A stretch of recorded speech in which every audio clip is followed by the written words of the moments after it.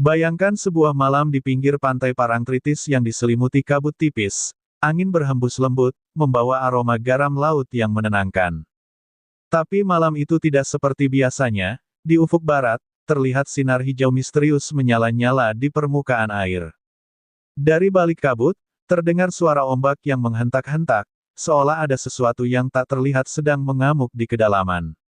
Di sanalah Sunan Kalijaga, sosok yang bijaksana, berdiri memandang ke laut.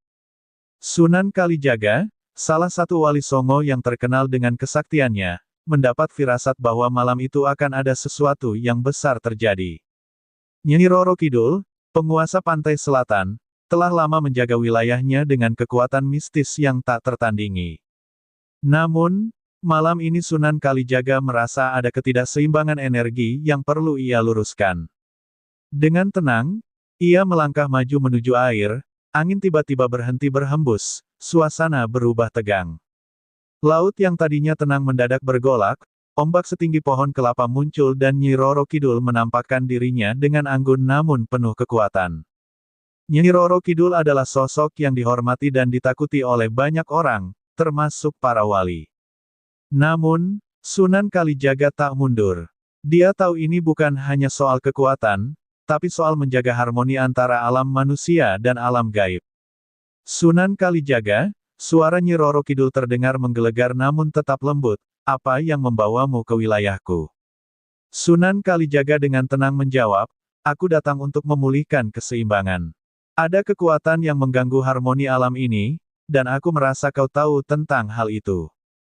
Nyi Roro Kidul tersenyum tipis, keseimbangan selalu berubah, Sunan. Apakah kau pikir manusia berhak menentukan apa yang seharusnya terjadi di alamku? Tanpa banyak bicara, Sunan Kalijaga mengeluarkan tongkatnya, bukan untuk menyerang, tapi sebagai simbol peringatan bahwa ia tak gentar menghadapi apapun. Dan benar saja, Nyi Roro Kidul menyerang lebih dulu. Dengan lambaian tangannya, air laut terbelah dan meluncur seperti tombak raksasa ke arah Sunan.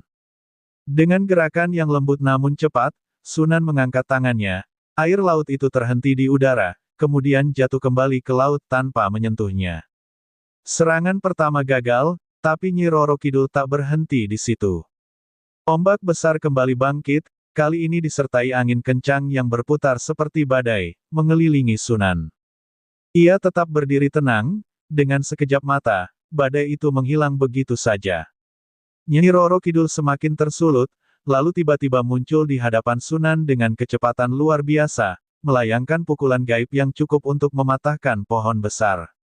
Tapi Sunan Kalijaga menangkisnya dengan mudah, energi mereka saling berbenturan, menghasilkan kilatan cahaya hijau di langit.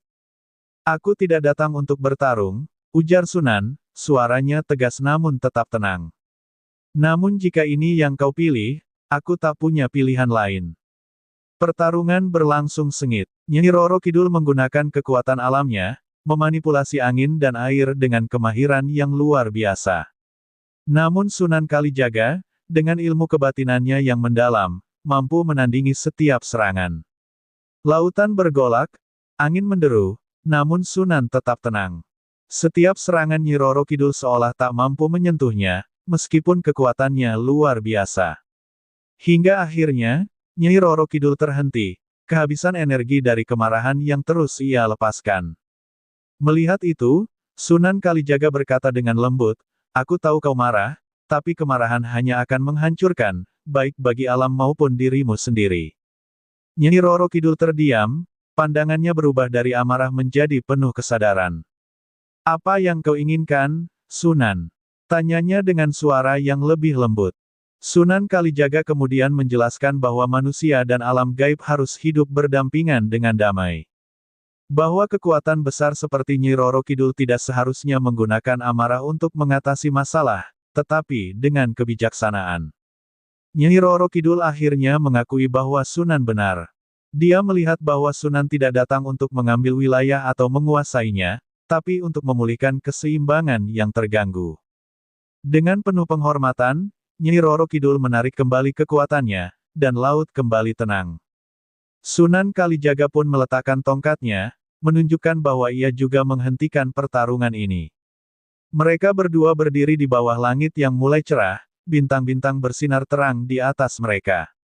Kau adalah manusia yang bijaksana, Sunan, ujar Nyi Roro Kidul. Kau telah mengingatkanku akan tugas sejati sebagai penjaga alam.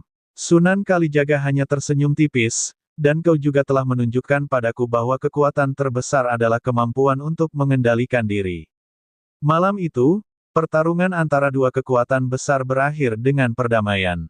Harmoni kembali terjaga, dan Sunan Kalijaga melanjutkan perjalanannya, sementara Nyi Roro Kidul kembali ke Laut Dalam, menjaga kerajaan mistisnya dengan lebih bijak dari sebelumnya.